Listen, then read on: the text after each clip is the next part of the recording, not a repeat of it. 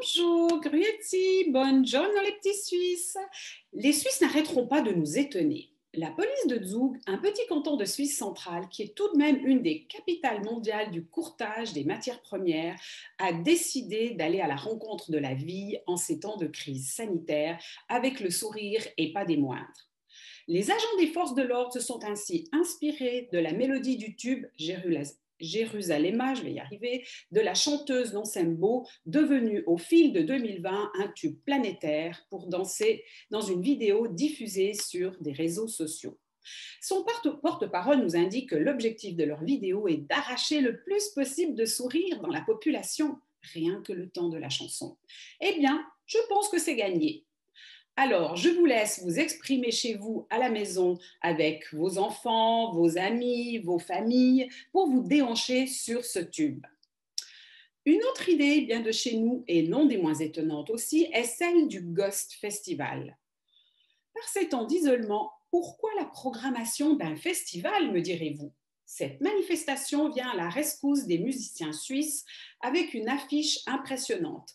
Le groupe lucernois Aloïs, Stéphane Eicher, le plus connu, le rappeur genevois Slimka, la rappeuse catégorique ou encore la chanteuse lausannoise Billy Bird.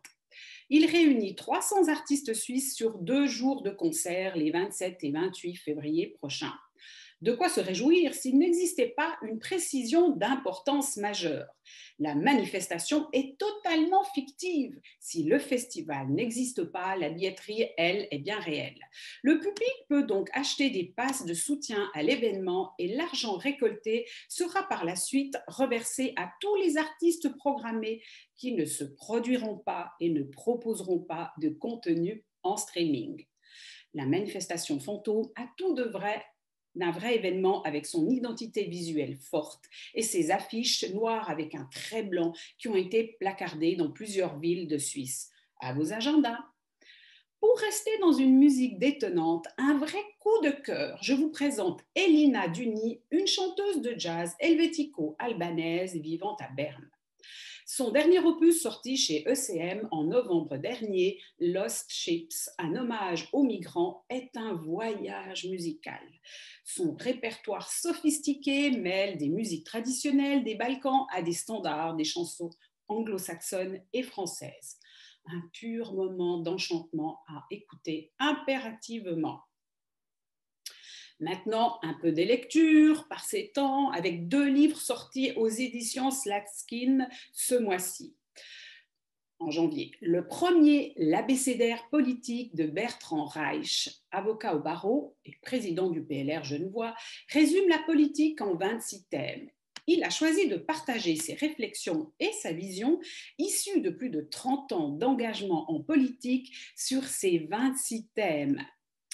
En oscillant entre humour et gravité, dérision et désespoir, il rend donc un fervent hommage à la politique qui l'anime depuis tant d'années. Ce livre est aussi illustré par Pécube, un philosophe et dessinateur suisse, familier aux lecteurs romans pour ses innombrables dessins de presse cocasses et bienveillants. Un bon moment de lecture, une invitation au dialogue sur chacun des thèmes proposés, sans prise de tête.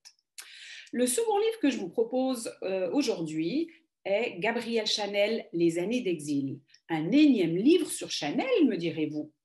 Marie-Christine Fert, journaliste en France qu'en Suisse, elle aussi passionnée de politique, nous conte le parcours sinueux emprunté par la styliste révolutionnaire Coco Chanel dans les coulisses de la grande histoire et qui l'a conduite au bord du lac Léman à la Libération. 50 ans après sa disparition, cette créatrice enterrée au cimetière du Bois de Vaux à Lausanne et qui a passé une grande partie de sa vie en terre vaudoise continue à faire rêver des millions de femmes et aussi d'hommes, bien sûr. Alors, pourquoi Gabrielle Chanel avait-elle choisi la Suisse pour dernière demeure ? À travers l'examen d'archives, cette enquête révèle de nouvelles informations sur ces années d'exil sur les rives de notre beau lac Léman, au lendemain de la Seconde Guerre mondiale. Voilà pour aujourd'hui.